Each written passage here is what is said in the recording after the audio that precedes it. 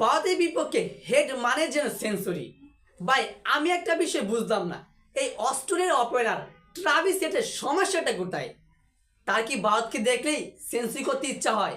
মনে হয় অনেকটা এরকমই, সে ইন্ডিয়ার বিপক্ষে যতবার নামে ইন্ডিয়াকে দেখলেই সেঞ্চুরি করে ফেলে।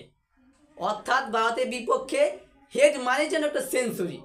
সে যতবারে ভারতের বিপক্ষে খেলতে নামে দুর্দান্ত ইনিংস খেলে এবং তার সেঞ্চুরি বলে অস্ট্রেলিয়া জিতে দেয়, আর ভারত পুরোপুরি কেঁদে দেয়, ভারতের অবস্থা কাইল হয়ে যায়।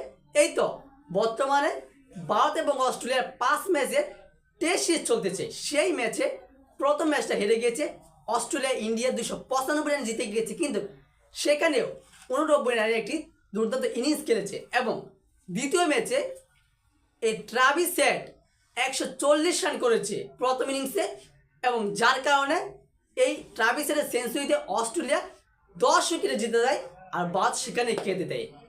এই তো 3 নম্বর তৃতীয় টেস্টে আবার সে একই কাহিনী, ট্রাভিস হেডের সেঞ্চুরি, তা আবার 150 রানের ইনিংস। 152 রান খেলেছে প্রথম ইনিংসে। বর্তমানে তারা মানে কি বলবো, ট্রাভিস হেড তা আবার 18টা ছক্কা মেরেছে ওয়ানডে স্টাইলে ব্যাটিং করে, 160 বলে 152 রানে ইনিংস খেলেছে। এই ভারতের বিপক্ষে ট্রাভিস হেডের উড়ন্ত সূচনা হয় 2023 ওয়ানডে বিশ্বকাপের ফাইনাল ম্যাচে, যেখানে ভারতের মাটিতে গিয়ে ভারতকে কাঁদিয়ে সেই ট্রফিটা, ওয়ানডে বিশ্বকাপের ট্রফিটা সে ছিনিয়ে নিয়ে আসে। ভাই কি বলবো ভাই, ট্রাভিস হেড মানে যেন একটা আগুন। সে প্রতিটা ম্যাচে ভারতের বিপক্ষে খেলতে নেমে একের পর এক সেঞ্চুরি করেই ফেলে। সো দর্শক, এই যে ট্রাভিস হেড একের পর এক ভারতের বিপক্ষে খেলতে নেমে সেঞ্চুরি করে যাচ্ছে, এই বিষয়ে আপনার গুরুত্বপূর্ণ মতামতটি জানিয়ে দেবেন কমেন্ট বক্সে। ধন্যবাদ।